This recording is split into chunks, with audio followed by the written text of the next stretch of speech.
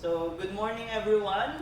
Yesterday, I visited the assessment center and find out that all equipment, tools, and materials that we will be using for this assessment are complete, functional, and in good condition. So, today, I received the following documents from our AC manager and then our test representative. I have here your application form, your rating sheets, attendance sheet, suggested questions, your cars, the self-assessment guide. Okay, so we have also here the agreement and then yung gagamitin natin mamaya na specific guide nyo. Okay? So, again class, my dear students, so good morning candidates. Welcome to the University of St. Anthony, your accredited assessment center for computer systems, servicing, and C2. So, my name is Mr. Leomir K. Paz. I am an accredited competency assessor for CSS and C2. So, I have here my ID with my accreditation number.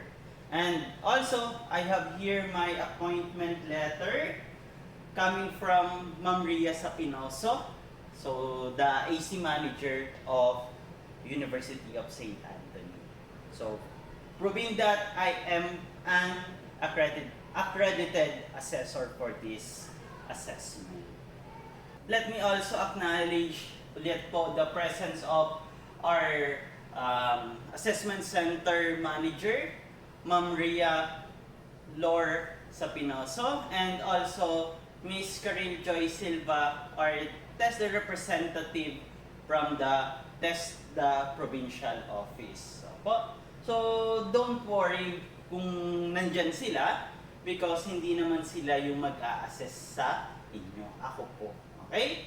So you don't have to worry about their presence because they are just here to oversee if the conduct of assessment is in accordance with the competency assessment methodologies and procedure. Okay, so i-observe nila kung nasusunod natin yung process. Okay? So, their presence is also important because pag meron silang nakitang violation ng rules, they have the power to stop the assessment. Okay? So, I will now check your attendance. So, as I call your name, please come forward and present to me your admission slips. Okay? So, and then you will sign the attendance sheet. Okay? So, I have here 2 copies of attendance sheet. So, reminder. So, please sign on the first page and then on the second page. Okay? So, when I call your name, so, pumunta po dito to sign your name. Okay? And then, please check din kung tama yung spelling po na inyong name. Okay? So, first po, so, Mr. Janjan Debil.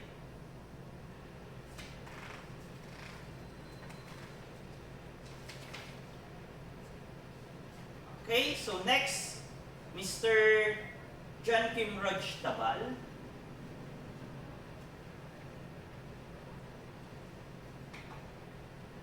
Okay, so I have here your application forms and then the self-assessment guide. Okay, so binigay po to sa akin ng ating AC manager. Okay, so naka-indicate po dito na all yes column are checked. Ibig sabihin, prepared kayo for this assessment. Okay po? So, today, I will be administering the CSS assessment or the Computer System Servicing Assessment. And I will be collecting evidences through demonstration and oral questioning. So, this assessment methods will help me ensure your underpinning knowledge and skills on CSS. So, Computer System Servicing NC2 is a cluster type of assessment. Okay? So, pag sinabi natin cluster type, so it is subdivided to several areas. Okay? So, in CSS, we have 4 competencies. Later, i-discuss ko kung ano yung 4 na yun. Okay? So, you also have 2 options. So, the first choice is pwede kayong mag-apply for full qualification. Okay? So, full, yung buo. Yung 4. Okay? So, the second one is the COC basis. So, yung 4 na core competency natin, so tinatawag din natin yun na COC1, COC2, COC3, and COC4. So, pwede kayong mamili lang doon sa 4 na COC kung ano yung i-assess nyo, ipapa-assess nyo. Okay? So, these are the 2 possible results of your national competency assessment. Apo? Okay, so, ayun, pwedeng competent kayo, pwedeng not yet competent. Okay? So, parang pass or failed lang yun. Okay? So, if you are competent, you will be awarded of your National Certificate Level 2. Okay? So, after 3 working days, pwede nyo nang makuha yun. Okay? Pero, huwag nyo naman isakto na 3 working days. So, magbigay tayo ng allowance. Okay? So, siguro mga 7 days. Opo. So, para hindi rin masayang, baka kasi natambakan ng trabaho yung test the center, hindi pa ready yung ano nyo po, yung certificate, or hindi pa nasasubmit nung assessment center. Okay? So, renewable din yung magiging test the certificate nyo.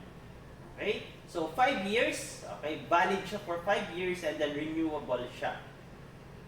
Okay? So, kung hindi naman kayo competent, you will be recommended for a reassessment. Okay? So, pwede kayo magpa-reassess. So, you will be reapplying for another assessment on another schedule. Okay? So, you need to wait for 7 days. So, for example, hindi pa kayo competent, so gamitin yung 7 days na yun para mag-review, i-master yung 4 na core competencies. Okay? So, after 7 days, pwede na kayong mag-sign up ulit for another application. So, another application form. And then, ayan, mag-fill out ulit kayo ng self-assessment guide. Okay, so nakalagay dito sa self-assessment guide nyo na lahat check. Okay? So, for example, hindi pa kayo competent, so uulit kayo ng self-assessment guide. Okay? And then, after that, you will wait for another schedule. Okay? So, understand po? Okay. So, CSS NC2 has 4 core units of competencies. Nakapat. So, COC1 is, the title of COC1 is Install and Configure Computer Systems. Okay? So, it is good for 2.5 or 2.5 hours. Okay, so the next competency is COC2, which is set up computer networks. So it is also good for 1.5 hours. COC3, okay, so set up computer servers naman, which is good for 2 hours. And then the last one plus the COC4 is maintain and repair computer systems and networks. So that's good for 1 hour naman po. So the total duration of our assessment is 7 hours. So CSS NC2 assessment is good for 7 hours. So 6 hours for demonstration, okay? And 1 hour for oral questioning. So mauuna yung demonstration mamaya and then susunod yung oral questioning. So, ayun. So every COC, I need different evidences. Okay? So, ito yung nire-require ko, dapat makita ko para maipasa ko kayo dun sa COC na yun. For example, COC number 1 hanggang number 4. Okay? So, yun ang i-assess ko po sa inyo. So, for COC number 1, install and configure computer systems. So, you need to assemble computer hardware. So, doon, sa part na yun, doon ang assembly and disassembly station natin. Okay? So, after that is, you need to prepare a bootable installer. Okay? So, ready na ba yung mga USB flash drives nyo? And then, ayun. Nandito yung mga workstations natin. We have 2 workstations here. So, each student may naka-assign sa inyong workstation. Okay po. So, ayun.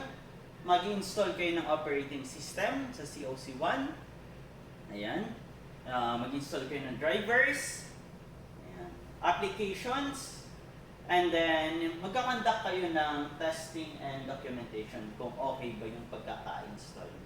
Okay? So, para may guide kayo, meron ako ibibigay sa inyo mamaya na inventory sheets. Okay? So, para siyang checklist na kung saan yun yung magiging guide nyo kung ano yung hinihingin ko na evidences. Okay? So, next is COC number 2, which is set up computer networks. Okay po. So, kada workstations, i-installan nyo ng cable networks. Okay? And then, yun, isi-set nyo yung network configuration nyo. Po. Okay? After that is, dapat makonect nyo siya sa wireless access. Yan. Dapat ma-inspect nyo kung okay yung connection. Opo. Okay. So, baka may problema yung LAN cable nyo. I-check nyo yun using LAN tester. Opo. So, yun po ang gagawin nyo sa COC number 2. Okay. For COC number 3, so you need to set up the servers naman. Computer servers. Okay. So, ayan. You need to set up the user access. So, yung dalawang computer sa workstation nyo, so, dapat connected sila with each other. Apo. Ayan. So, kailangan yung ma-connect sila using ADDS server, DHCP server, DNS server. Apo. So, file services, folder redirection, and then, may mga printers din tayo. May mga printers tayo na kung saan kailangan yung makapag-print. Po. So, dapat, isa yun sa evidences na hihingin ko sa inyo, dapat makapag-print test kayo. Okay? Then, dapat yung dalawang computers nyo sa workstation nyo is dapat naka-remote desktop silang dalawa. Okay? Go. And then, doon naman tayo sa last na COC, which is COC number 4, maintained and repair computer systems and networks. Okay? So, dito, titingnan ko na kung yung anong ginagawa nyo sa COC 1, COC 2, COC 3. So, i-observe ko na. So, dito sa COC 4, ang i-require ko na lang sa inyo as evidence or evidences is yung pag-backup and restore ng files. Okay? So, ayun. Okay, so you will then, after that is, you will proceed to the holding area. Opo. So, nandun yung holding area natin. So, pagtapos na kayo dito, opo, tapos na kayo sa COC 1 to 4, so, pupunta kayo dun sa holding area. Hihintayin nyo, kasi meron ba tayong second part, which is the oral questioning. Okay po? Ayan. So, ayan. Before we start, ayan. So, for your personal needs, so the comfort room is located there. Nandun yung CR natin, comfort room. And also, does anybody here na merong sakit sa puso? Merong diabetes? Opo. So, nakainom na po ba kayo ng gamot? Kung hindi pa po is uminom na po kayo ng gamot. So, mamaya kung kailangan po ng assistance, for example, masama ang pakiramdam, magsabi po kaagad sa akin. Okay? Or, ayan. Baka mayroon din dito sa inyong Muslim o na kailangan ng magpa-excuse kasi for religious time. Po? Ayan. Wala naman, lahat naman Katoliko. Okay? So, if you have difficulty understanding the given instruction, yung mga sinabi ko ngayon, so please don't hesitate to call my attention. Apo? Because I am more willing to explain and translate it for you. Okay? So, if you have concerns, clarification, and questions, please raise your hand, especially tungkol doon sa mga technical aspects ng computer system servicing assessment natin ngayon. Apo, so dapat ma-raise nyo na yun ngayon. Kasi later, hindi ko na kayo papayagan na magtanong dyan. Apo, baka kasi sabihin nyo, sir, paano to? Hindi ko na yun pwede sagutin. Because I am here to assess you, hindi assist. Apo, kung ano yung hindi nyo magawa. Okay? So, please refrain from asking questions later. Dapat naman. Po? So, may question ba? Okay, so wala naman. So, mobile phones are not allowed. So, pakitago na po ng mobile phones nyo. So, huwag makikipagdaldalan later sa mga kasama nyo. So, as we go along with our assessment, please observe safety practices. So, and for example, may nangyaring accidents. Okay? So, please call my attention immediately so I can give you first aid. Opo. So, ayan, lalo na hawak tayo ng mga electrical devices. Opo, i-on natin. So, for example, may nakuryente. So, tawagin po ako kaagad. Opo. Lalo na pag may injury na po. So, also, please observe social distancing. Okay? So, meron kayong kanya-kanyang workstation. Hindi kayo pwede pumunta sa workstation na iba. Okay po? So, ako naman class, me as an assessor. So, my role is just to observe and write down what I have observed during the assessment. Po? So, I have the right to stop you. Opo, pag may na-observe ako na violations or untoward behavior. Opo, for example, nakikipagdaldalan or nakikita ko na may nag-cheat. So, pwede ko ipastop yung assessment. Opo. So, after the assessment and you have found to be not yet competent, don't worry about it because you can apply for reassessment after 7 days. Okay? Doon lang sa COC na hindi mo na ipasa. Opo. So, for example, na pasa mo yung COC 1, COC 2, yung COC 3 and 4 hindi, yun lang uulitin. Opo. So, but, if you have, ayan, pwede kayong magpa-reassess. Opo. Pero, if dun sa pangalawang assessment is failed na naman kayo, so I will advise you to have a refresher course about CSS or if in case naman class na for example, bagsak kayo, not yet competent, and you are not satisfied with the result, you can also apply for an appeal. Po. So, you can send your letter, class, you can send your letter to the AC manager and then the tester representative po kay Ma'am Maria Sapinoso and then kay Ma'am Caril Joy Silva ngayon kaagad. For example, pag receive nyo ng inyong result, hindi kayo pasado, not yet competent, so hindi kayo agree with my evaluation, so ayun, kailangan nyo gumawa ng isang letter of appeal na parang pinapa-review nyo yung decision. Okay? So, ngayon kaagad yon after, kasi bukas wala na ako dito and baka wala rin si Ma'am wala na din dito si Ma'am Karil and then si Ma'am Ria. Opo. So, kailangan agad-agad makapag-appeal po kayo. Okay, so with the result of the assessment, ayan, we need to observe confidentiality. Opo. This is to ensure the integrity of the assessment. Opo. Hindi yung pinagkakalat nyo na kung anong nangyari. Opo. Or anong naging issue, for example, or ano yung mga naging lusot nyo. Opo, so baka sabihin nyo, ay, hindi ko naman ito nagawa, pero pinasa ako ni Sir. So, kailangan pa rin ng confidentiality. Opo, hindi yung parang palalabasin nyo na may mga loopholes yung assessment. So, iwasan po natin yan. Opo, ayan. Yan. Lastly, may I remind everyone that please refrain giving any information po outside. Po, lalo na doon sa process na gagawin natin today. Po. So, ayan.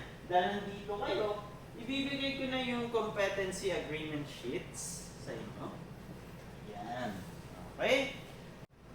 Okay, so ibig sabihin, disidido talaga kayo na magpa-assess na yan. Okay, so pirmahan po ng ating competency agreement sheet. Okay po? Okay, so, ayan, ibibigay ko din sa inyo yung specific instructions. Opo, nandyan yung summary ng mga diniscuss natin ngayon. Nandyan yung evidences na kailangan nyo may pakita sa akin. Opo, para may guide kayo. Opo, so ito naman class, huwag nyong susulatan. Opo, kailangan nyong ibalik sa akin po dito. Opo, okay, so kukunin ko lang yung competency agreement sheets nyo. Opo. So, pirmado na. Okay? So, may tanong po ba? Opo. Wala naman ang tanong. So, yan. Bibigyan ko kayo ng number. Opo. So, yung number na yun, yun din yung number na kung saan kayo ma-assign na workstation. Okay? So, Mr. Dibil, so naka-assign ka sa workstation number 1. And then, Mr. Tabal, dito ka sa workstation number 2. Okay? Pero, Mr. Tabal, ikaw muna ang unang gagamit ng ating assemble and disassemble station. Okay? Ikaw muna yung nandun. After that is, babalik ka dito sa workstation number 2. Opo? So, after naman gumamit ni Mr. Tabal ng ating assemble-disassemble station, ikaw naman Mr. Dibil ang pupunta doon. Okay? So, gets? Okay, so you may now proceed to your workstations. Okay, so the time now is 8:30 a.m. Okay, so you have 6 hours to do your task. Okay, so lunch break is 11:30. Opo, so 11:30 tayo mag-lunch break. So, pwede kayo bumalik kagad, opo, i-continue yung assessment natin, but make sure na nandito ako, opo, dapat nandito ako, and then nandito si AC Manager, and then si Tester Representative, si Ma'am Maria, and then si Ma'am Carita. Opo, huwag nyo pong gagalawin yan, huwag nyo pong gagalawin yung mga workstations hanggat wala kami dito. Opo, you may start now. Okay, so punta na kayo sa mga workstations nyo. So, kunin ko lang yung ating rating sheets. Okay.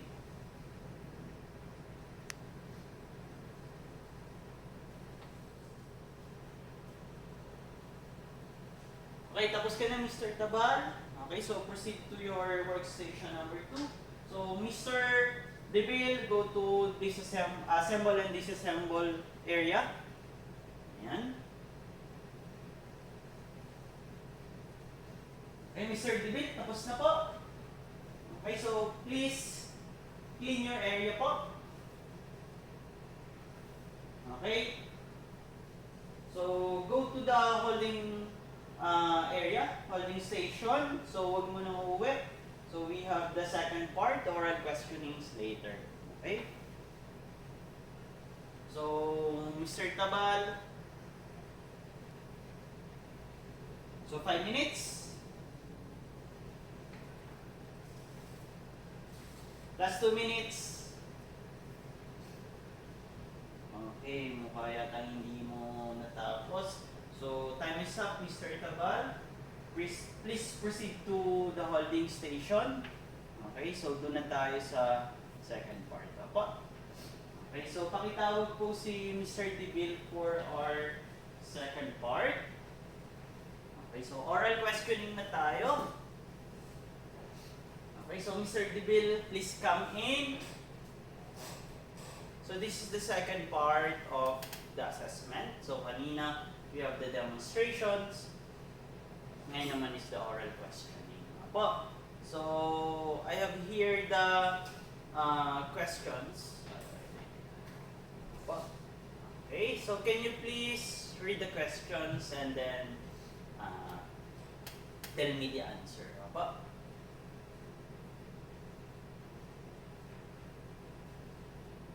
Okay, very good, Mr. DeVille. So, ayan, balik ka muna dun sa holding area natin. Pakitawag po si Mr. Tabal. Okay, so Mr. Tabal, can you please come in po? Okay, so this is the second part, which is the oral questioning. Apo. Ayan. So, please read the questions and tell me the answer. So, nagkakaproblema ka dun sa paggawa ng installer. Kaya hindi ka na nakaka-proceed. Po, ayan. Hindi mo alam yung answer. Nakalimutan mo. So, ayan. Balik ka muna, Mr. Tabal, sa holding area. Ayan. So, dun na tayo sa next one.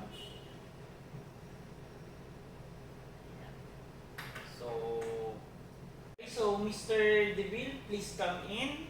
Okay, please sit down there. So this is the feedbacking portion of our assessment. Okay, so nandito yung rating sheets mo. Okay, so based on my observations, okay, so excellent. So mabilis mo natapos yung demonstration part ng ating assessment. Okay? So, nasagutan mo din ng tama yung mga questions sa oral questionings. Okay? So, ayan. You are competent. Opo. So, you are competent and I am recommending you the issuance of your TESDA and C2 National Certificate. Opo. Okay, so congratulations, Mr. DeVille. Okay, so please go back to the holding area. Pakitawag po si Mr. Tabal para sa kanyang feedback. Apo. Ayan. So, please come in, Mr. Tabal.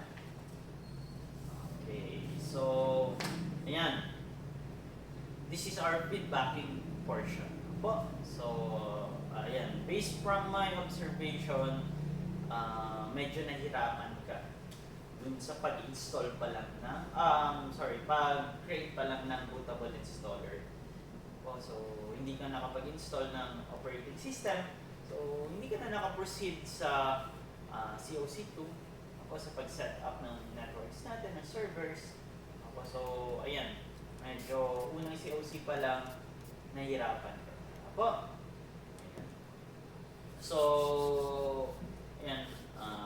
May papayo ko lang is magkaroon ng review. I-review po yung apat natin na COC, lalo ngayon na meron ka ng idea, nakita mo na yung ating guide, specific guide natin kung ano yung mga gagawin. So make sure na ma-review yun, may master po. Especially dun ka nagka-problema kaagad sa paggawa ng installer. Okay, so ayan. I-recommend ko na magkaroon ka na or mag-apply ka ng reassessment. So, you need to wait for 7 days. So, use that 7 days para i-master yung 4 competencies natin sa CSS and C2. Opo. Okay, so ayan, after 7 days, pwede ka na mag-apply for reassessment. So, fill out ka ulit ng application form. And then, ayan, self-assessment guide. Okay. So, dito sa self-assessment guide mo, lahat naman check. Ayun nga lang, hindi ka naka-proceed sa ibang COC kasi una pa lang is nagka-problema. Apo. Okay. So, can you please stand by? Apo. So, please stand by na muna sa holding area natin. Tatawagin ko na lang kayo ulit for sa final part ng ating assessment. Okay? So, I will check. Okay, so I have here the attendance. So, dalawang copy. Pirmado. Opo. So, next is the rating sheets. So, I have your rating sheets. Dalawa. And then, yung cars. Okay. Then, ayun. The specific guides. And then the assessor's guide. Opo. Assessor's guide. Okay. So, opo, Ma'am Ria.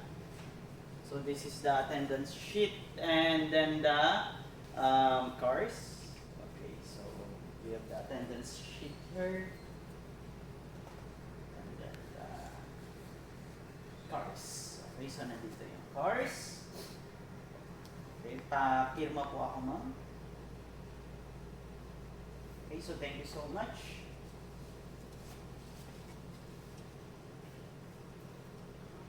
Okay, so, Ma'am Karil, nandito naman po yung specific instructions and then the assessor's guide.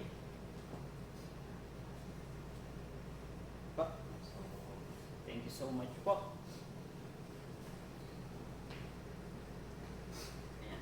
Check ko lang po ulit.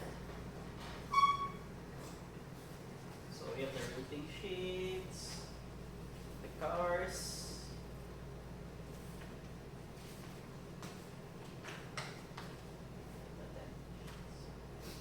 okay, so students, please come in po.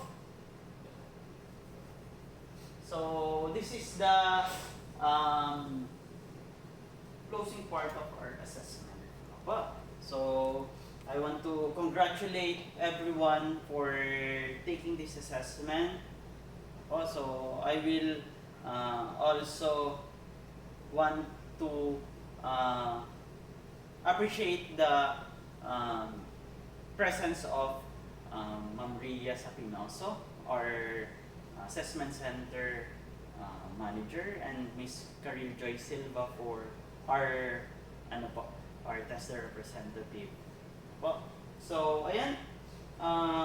Isasubmit ko na kay Ma'am Ria yung attendance sheets, the rating sheets, and then the cars. Opo. Okay. So, ayun, kay Ma'am Ria nyo na lang kukunin yung cars nyo. And then, Ma'am Karil, nandito po yung specific instructions and then the assessors.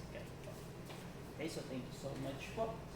Okay, so at this juncture po, I will give the floor to Ma'am Karil Joy Silva for the closing remarks.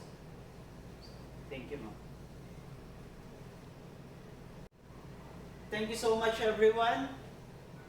Have a good day po.